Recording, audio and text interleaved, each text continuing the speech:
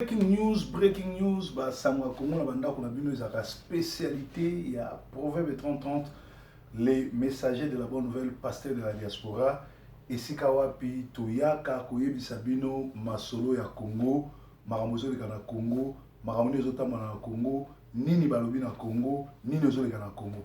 Nangonga oyo nazana sango malamu, nazana esengo kosala programme oyo pe sengeli bino ba congolais bo sepela. Esengeli bino ba congolais bo za esengo parce que nzambe na bilele, nzambe mozalisi na nyonso, nzambe kwa ngolo zonso asali a libérer mboka. Ba Rwandais ba tuti ba yaki lokola bangonde ba être puissant to bangonde ba race ya ba leader et pourtant bazana monté 20 ans durant ba si jetir biso ba massacrer ba bomi mais ndenge to lobare loko no surtout za ne bande na suka ba komi na suka parce que ndenge to za bo occupation esili. Occupation esili parce que transition to lobaki sans Kabila et bandi pe Monseigneur Mosengo aza soutenir.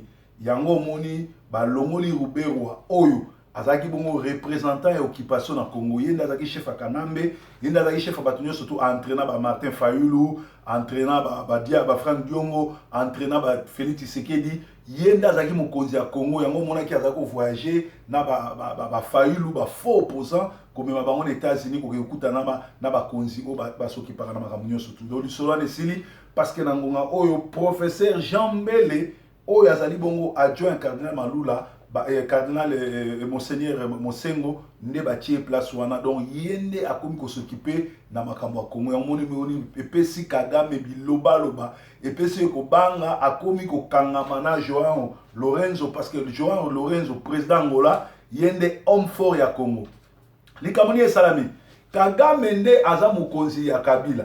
Kagame nde atia Ruberwa lokola représentant et occupation na Congo. Kagame nde apiaka na Congo aboma na Congo. Kagame a sentir que population boy Kabila sous région Mombeboli Kabila ba prière ba congolais sali que Kabila koza asute a devancer biso. Na place oyo biso to bengana système mobimba to ke no kangana Kagame parce que guerre kozonga na Rwanda.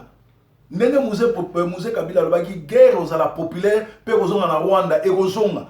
Donc Kagame a senti que guerre et kozongele fois longwa akimi abimi lokola ye mutazo pe sa solution. Le problème c'est Kagame. Même Kabila c'est un innocent ba pesa ikaka rôle à jouer.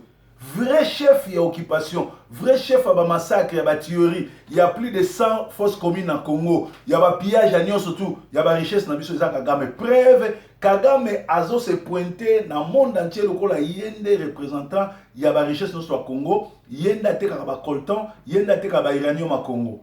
Peu preuve azu 30 millions de dollars. Atie na équipe Arsenal. Lelo oyo na kati Angleterre, tout ça en Angleterre, journal The Guardian, dont les gardiens et bimisi et commis en haut que désordre de bimi en Angleterre et kaboli Angleterre parce que ba monnaie était 30 millions oyo Kagame a versé na équipe Arsenal pour ça la publicité à Rwanda et ça mbongo makila ba congolais et ça mbongo crime et koki ko sala bongo te alors nazo senga na yo congolais oza partout dans le monde aussi potaka Arsenal bima parce que eza na makila Congo na Bavares na bango pe na osenga na biso ba congolais ba organisateur ba piqué to sala piqué moko l'air championnat zo banda to que no sala piqué liboso a stade ya Arsenal parce que bazola ta Bavares ya makila Congo.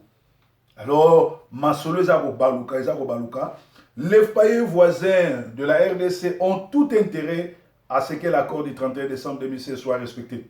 Ça, c'est la parole de Lorenzo, l'homme fort, le président Yangola Alobi, bazana intérêt, babengana Kabila, pour être accord à la respecter. Parce que Kabila a côté ba mercenaire, Kabila lingatia KO, Kabila azua ba Rwandais, azua bango ba bomaka batu lokola ba Ougandais, mais yem tafuta bango. Azua même ba soldat na biso ya FARDC. Après ça, on a mercenaires, ba congolais. Ça dit ba crime, ba makamunyo surtout ça la Congo, organisateur na moza Kabila.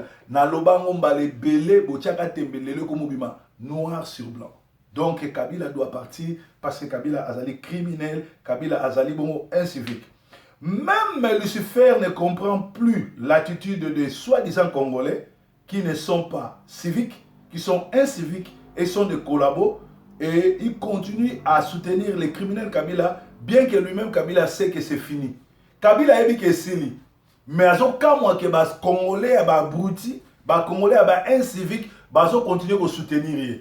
Yango bomoni Kabila alati tenue grise treillis lokola ya Fidel Castro pe Kabila asetenta ka bamande fune wana atiaka tentire za la mandefu za suki pona oye sabino ke ayaki na idéologie ya jeune a comme vieux na pouvoir nde Mobutu asalaki mais ndoto na ye kolate elambate azana doit rêver tant que criminel mais ndoto ne to comme ça on a suka mais lokozo comme ça batu Kabila comme na suka alati treillis lokola ya Fidel Castro pona kolakisa ba président sous région wana ke ya obunda erreur munene na sali akeko senga accord ou bien akeko senga appui ya IRSS Poutine a royauté na Congo parce que bah, les loups entre eux ne se mangent pas.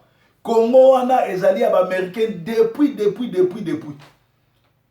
Lumumba salaka erreur wana kufa. Donc Kabila sala erreur ya koluka Poutine a royauté mais Kabila ba rolia. Alors biso toza na Congo, biso toza na poto, to informer ba famille na biso na Kinshasa, to informer ba famille na biso na Bas Congo, to informer ba famille na biso na Kibandundu. To informer ma famille na biso na étendue à Congo Mobimbake kalami ite guerre réseau banda na Congo mais guerre wana ozate ba boma ba congolais armée ya SADC kokota armée ya ba français kokota MONUSCO kokota pona ko bengana ko sokola ba crime nyonso tuna ba mercenaires nyonso to Kabila ba na Congo donc to éviter ko combien de jours mais avant le 30 août histoire wana ko alléger Cécile ba ko sa opération sokola mboka. Donc, occupation ndenge yaki ndenge sili. Félicitations na yo papa, félicitations na yo maman, oyo bimaki libanda, félicitations na bino nyonso ba mise swell, ba chroniqueur nazo bela ba chroniqueur activité. Nazo ba chroniqueur o ba ka kopesa information pour na Congo. O ba lobaka malamu pour na Congo. O ba ka osala ba éveil, ko éveiller batu. O pe baza civique, o baza na moralité. Toboyi muto oleka na TV oleka na internet ba mona ko bulumbu par-ci par-là oza incivique oza na droit kolobate félicitations na ba maman nyonso félicitations na ba pasteur nyonso o ba sambela ipo na Congo félicitations na bino nyonso ba na Congo ya Paris ya wapi o bobimaki ya Londres ya Bruxelles ya Canada ya États-Unis un peu partout na monde entier na Japon na Suisse na wapi na Suède bobimaki libanda na Belgique po na Hollande bobimaki libanda po na kobenga na Kabila donc tout monde était Kabila mas histoire na esili makamuna esili makamuna yenyo surtout esili tolobaki lisusu ke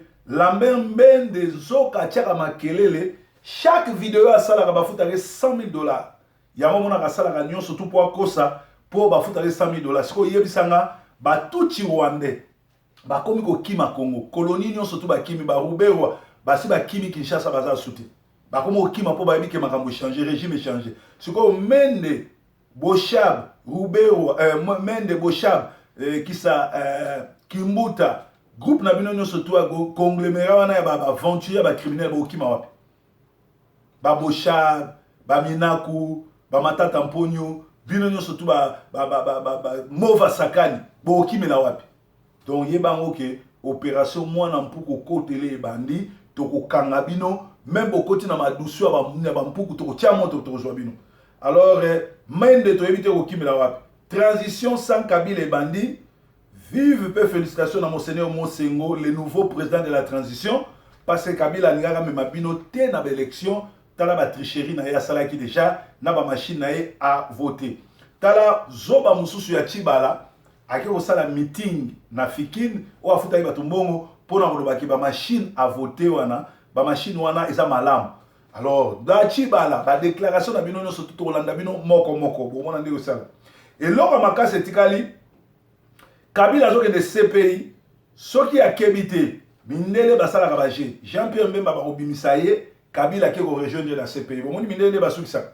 Alors, et lors de mon etikali, et c'est na biso tozongi sa combo na biso. Combo a mboka na biso ezali Congo avec K. Congo avec C et l'axi con.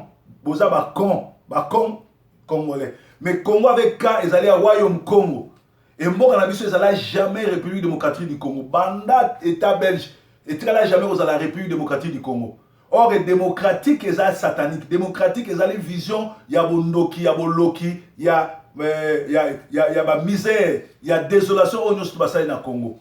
Et là wa liboso bana mvuluzi tolongola Congo ya Congo, tozongisa vrai drapeau à Congo. oyo ezali à 7 étoiles na koexplike bino mpona nini 7 étoiles mikolo koyaka na mingi te tokovandela yango mpe tozongisa kombo na biso ya Congo le Congo avec K mpo biso toza bana Congo. Congo ezali royaume Congo, ezali Congo, ça n'a rien à voir avec le C oya Charlie.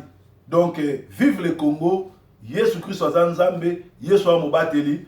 Nzambe apambola moko na bino, pozala toujours rebelle na Rolandaka breaking news. Ezali bongo André Kiamongalema avec le messager de la bonne nouvelle, le Proverbe 30-30, le pasteur de la diaspora, pasteur oya lobela bino vérité, pe boza bongo na Sentinelle TV. Merci. Tout le monde a une barasima. Breaking news!